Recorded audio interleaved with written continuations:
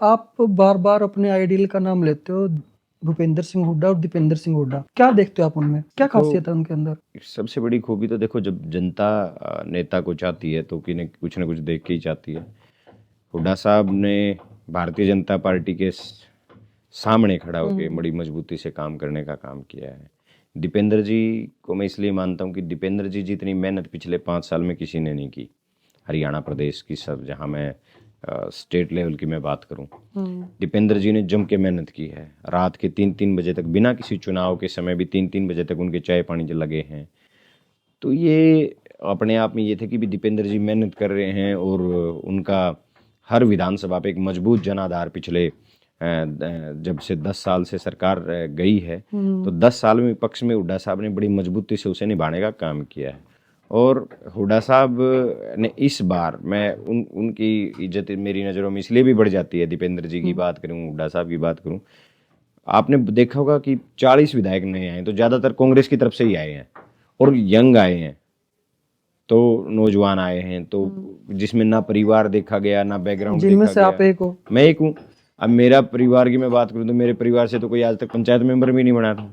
जिस विधानसभा से कभी कांग्रेस नहीं जीती, उस पर हुड्डा साहब ने भरोसा किया। भी एक 32 साल का लड़का जिसके परिवार का कोई राजनीतिक बैकग्राउंड नहीं है, जो कभी पहले विधायक नहीं बना, तो वो चीज़ें कंट्रोल वो कर सकता है, तो नजरें फिर इज्जत तो बढ़ ही जाती है। हुड्डा साहब ने जब यहाँ मजबूत थी कांग्रेस, नो डाउट गड़बड़ हुई है चुनाव में, लेकिन आप 3 स्टेट की बात कर लो, उठा लो, आप महाराष्ट्र उठा लो, जम्मू कश्मीर उठा लो, झारखंड उठा लो, 3 स्टेट में 37 सीटें नहीं जीती कांग्रेस ने।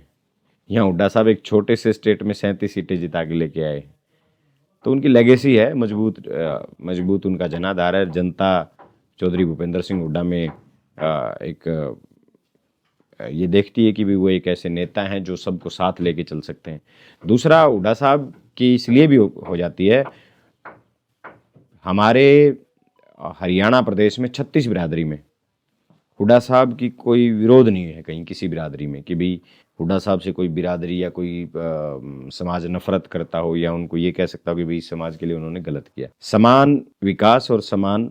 लेकिन चुनाव के बाद ये बातें क्यों उठी? लगभग 15 से 20 दिन चर्चा में रही बात कि जो बैकवर्ड समाज है, हुड्डा साहब का मतलब उनको सपोर्ट नहीं मिला, कांग्रेस पार्टी को बैकवर्ड क्लास का सपोर्ट नहीं मिला, इसलिए चुनाव हार गई, इसलिए सरकार नहीं बना पाई।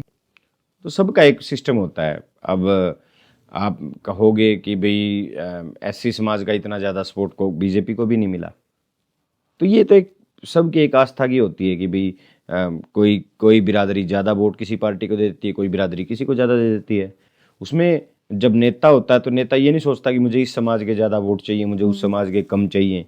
सबको इक्वल मेहनत जो की जाती है। अब मैं पिछले 13 साल से सुख दुख में जाता हूँ मेरी विधानसभा में, मैं ये देख के तो कभी नहीं जाता कि भाई मुझे जाट के घर सुख दुख में जाना है, ब्राह्मण के जाना है, तो पंजाबी के नहीं जाना, या मैंने उसके नहीं जाना, मैं तो सबके जाता हूँ। अब मेरे पास संदेश आता है कि भाई गांव में एक डेथ होगी, तो हम ये नहीं पूछते कि किसके हुई है, भाई ठीक है भाई किस जाति आएंगे, किस जाति में, सब में जाते हैं।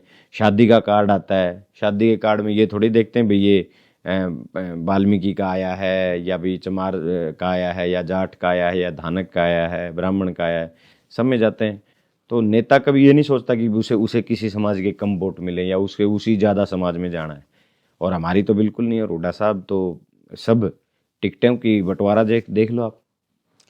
कांग्रेस का बंटवारा सम्मान 36 बिरादरी को हुआ है, जो जिसने जहाँ मेहनत की उसको टिकट दी। फिर हार के आपको मुख्य कारण क्या लगते हैं पार्टी के, सरकार न बनाने के?